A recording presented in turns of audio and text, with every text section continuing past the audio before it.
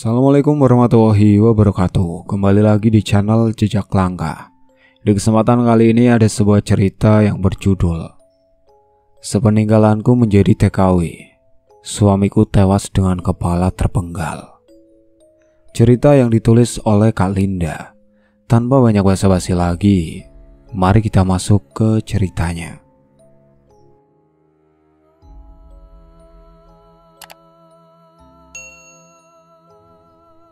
5 tahun sudah aku meninggalkan anak beserta suamiku di kampung halaman. Namaku Dewi Sri Utami. Aku terpaksa merantau di negeri orang karena desakan ekonomi. Suamiku hanyalah seorang tukang tambal ban. Penghasilannya pun juga tak seberapa. Terkadang pulang membawa uang, kadang juga tidak membawa apa-apa. Aku mempunyai 3 orang anak. Mereka sudah besar-besar dan membutuhkan cukup biaya untuk menyambung sekolahnya. Aku tak mau jika kelak anak-anakku merasa nasib yang sama denganku, yaitu menjadi orang miskin, di mana kehidupannya selalu dipenuhi oleh lika-liku. Terkadang dihina, dicaci, dijauhi, diolok-olok, hanya karena perbedaan status di kalangan para warga yang lainnya. Hati ini sungguh miris apabila melirik para rumah lainnya yang sudah berdiri kokoh dengan tembok dan pagar yang terbuat dari besi. Tak lupa lantai yang dibuat khusus dari keramik berbahan marmer. Ukiran-ukiran dinding nan indah seakan membuat hatiku serasa bak disayat ketika melihat rumahku sendiri yang hingga saat ini masih seperti gubuk. Atap-atap yang keropos, kayu penyangganya pun juga sudah miring. Begitupun dengan alasnya yang masih rata dengan tanah liat. Jangankan untuk membangunnya, bahkan untuk makan sehari-hari pun aku harus menunggu belas kasih dari seseorang. Iya, itulah kehidupanku yang penuh akan kekurangan.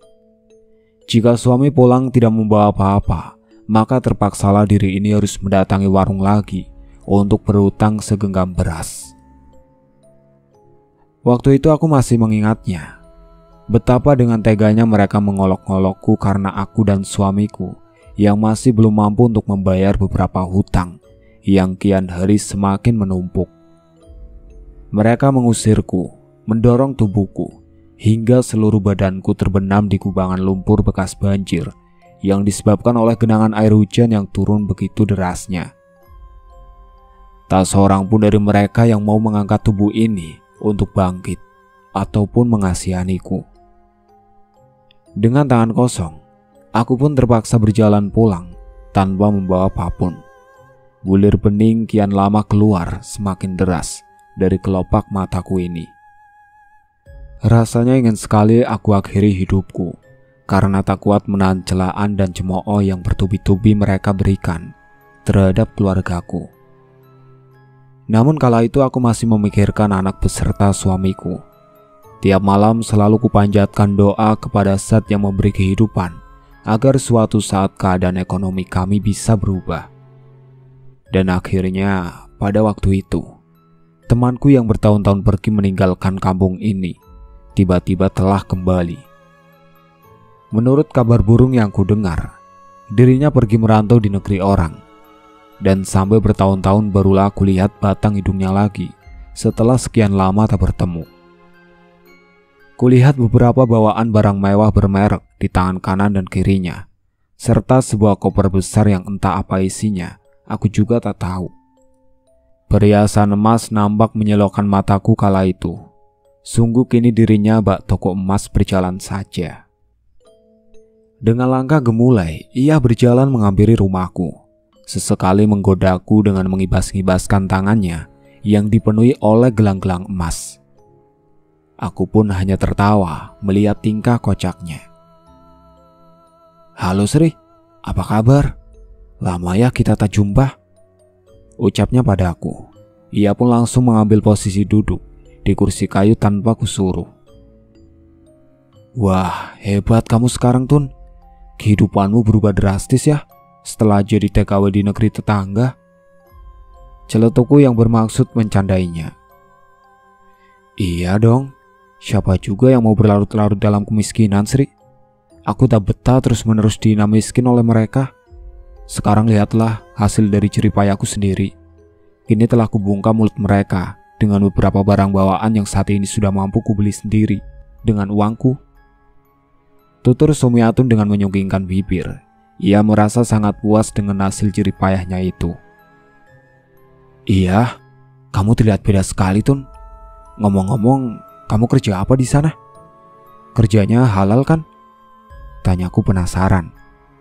Karena aku sungguh tak percaya jika merantau di negeri orang bisa menghasilkan barang sekaligus uang sebanyak itu.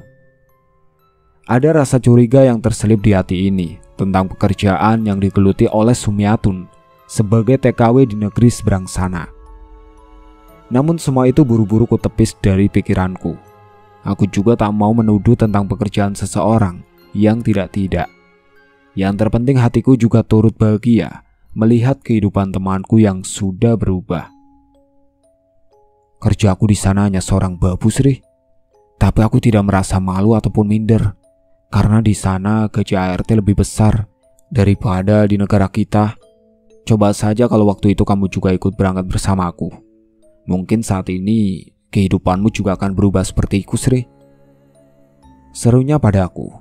Terlihat sekali senyum kepuasan terukir di bibirnya.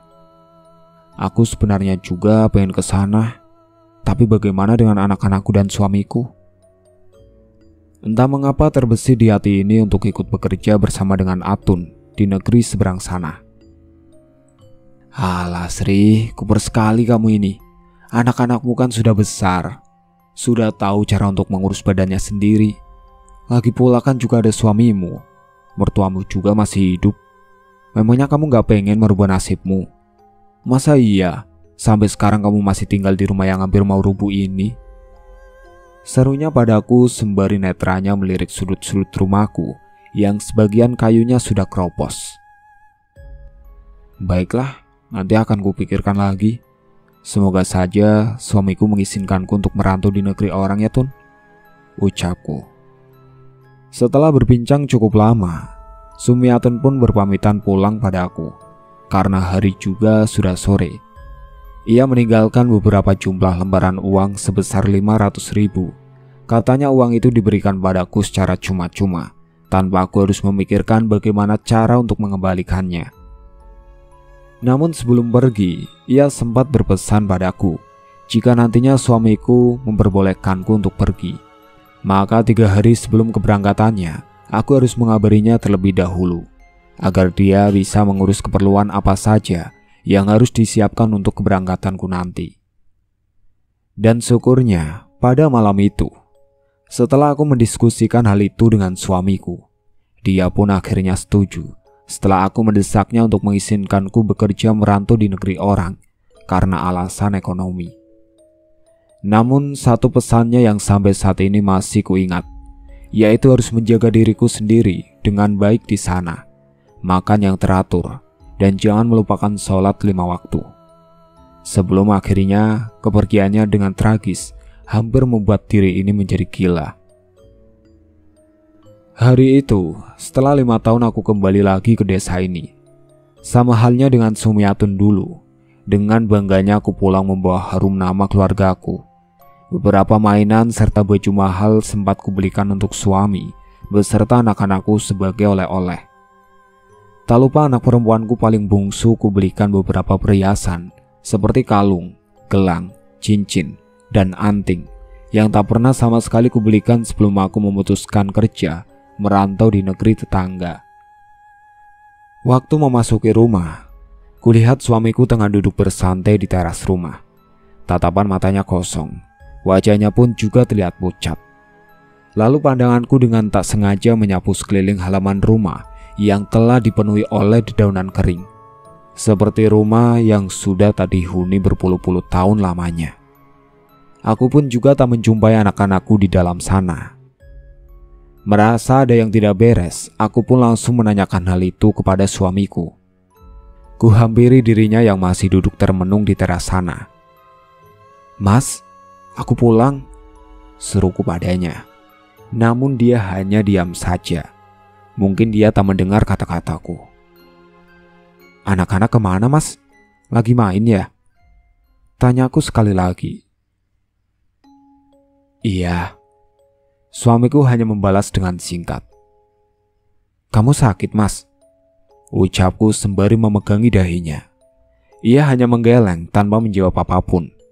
Saat ku pegang, seluruh tubuhnya malah dingin. Bukannya suhu tubuh seseorang yang sedang sakit harusnya panas. Batinku mulai meracau. Entah mengapa aku merasakan ada keanehan pada diri suamiku. Nduk, sudah pulang toh kamu rupanya. Tiba-tiba saja ada tetanggaku yang menyapaku. Dia adalah Bu Lastri. Rumahnya terletak di 3 rumah setelah rumahku. Kebetulan beliau adalah orang yang selalu menolongku saat aku dan anak-anakku dulu tak bisa makan. Iya Bu, baru saja datang ini, ucapku sambil menjabat tangannya.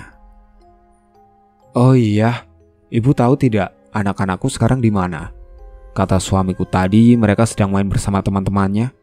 Maklumlah Bu, aku kangen sekali dengan mereka. Sudah hampir 5 tahun tidak bertemu.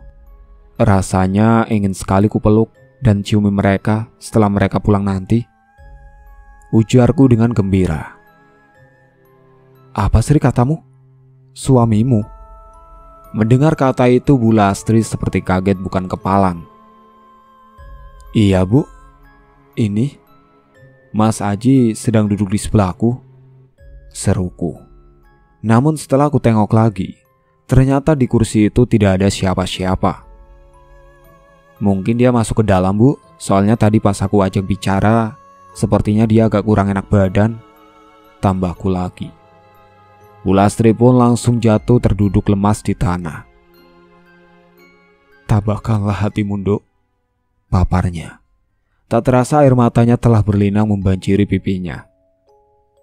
Maksud ibu apa? Aku yang kala itu tak paham dengan ucapannya langsung mengikutinya dan duduk di bawah beralaskan tanah bersamanya. Iya Nduk, setelah kepergianmu, tepatnya sekitar 4 tahun yang lalu, suamimu terpaksa meminjam uang kepada lintah darat untuk memenuhi kebutuhan hidupnya, beserta dengan anak-anaknya. Dan saat mereka menagihnya, berulang kali suamimu itu mengatakan bahwa dia masih belum bisa mengembalikannya. Hingga suatu hari, mereka datang lagi untuk menemui suamimu dan menagih janjinya untuk membayar utang. Dan pada waktu itu juga aku bersama dengan para warga lainnya bertemu suamimu untuk yang terakhir kalinya. Tutur Bu Lastri padaku. Sontak saja penjelasan darinya sangat membuatku terkejut. Untuk yang terakhir kalinya? Maksudnya apa ya Bu? Kok saya masih tidak paham? Ucapku. Saat itu netraku sudah terlihat berkaca-kaca. Iya Nduk. Malamnya setelah pertemuannya dengan si penagih utang itu, suamimu ditemukan sudah tak bernyawa oleh salah seorang warga kampung kita. Keadaannya sungguh tragis. Leher suamimu digorok hingga kepalanya itu terpisah dari badannya. Sampai sekarang kami berikut pihak kepolisian masih belum bisa untuk menemukan kepalanya, karena pelaku yang terlibat dalam pembunuhan itu ditemukan tewas mendadak. Menurut kabar yang beredar, mereka dibunuh oleh arwah suamimu yang masih gentayangan hingga saat ini. Setelah mendengar suara itu, aku pun tak kuat untuk menyangga tubuhku lagi. Seingatku, tubuhku langsung ambruk begitu saja dan terkulai tak berdaya di tanah. Entah bagaimana ceritanya, saat aku bangun, aku sudah dikelilingi oleh beberapa orang. Sebagian dari mereka mencoba untuk menguatkanku agar aku bisa tabah menerima kenyataan pahit bahwa suamiku telah meninggalkanku untuk selamanya. Namun saat aku tanya di mana anak-anakku, mereka langsung menyatakan bahwa sampai saat ini, setelah kepergian suamiku, mereka diambil alih dan diasuh oleh mertuaku dan dibawa pulang ke kampungnya. Hatiku sedikit lega mendengar anak-anakku dalam keadaan baik-baik saja. Tapi kabar kepergian Mas Aji hingga saat ini masih belum bisa kuterima. Dan pada akhirnya, warga pun menyuruhku dan mengantarkanku ke peristirahatan terakhirnya. Saat itu pula tangisku langsung pecah di hadapan batu nisan bertuliskan nama suamiku. Tiap hari aku seperti orang gila setelah peninggalannya.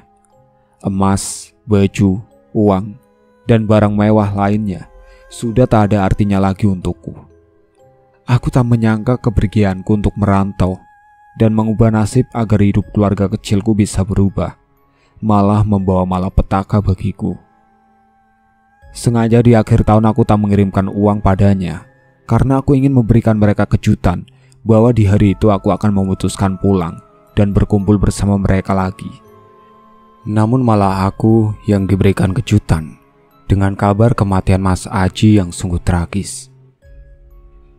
Kini aku sadar bahwa harta tak menjamin hidup kita bahagia. Percuma hidup dengan bergelimang harta jika tiap harinya kita sendiri merasa tidak tenang. Aku sangat menyesal karena telah meninggalkan mereka selama bertahun-tahun dengan alasan untuk merubah nasib, dan kini nasiblah yang telah mempermainkan kehidupanku.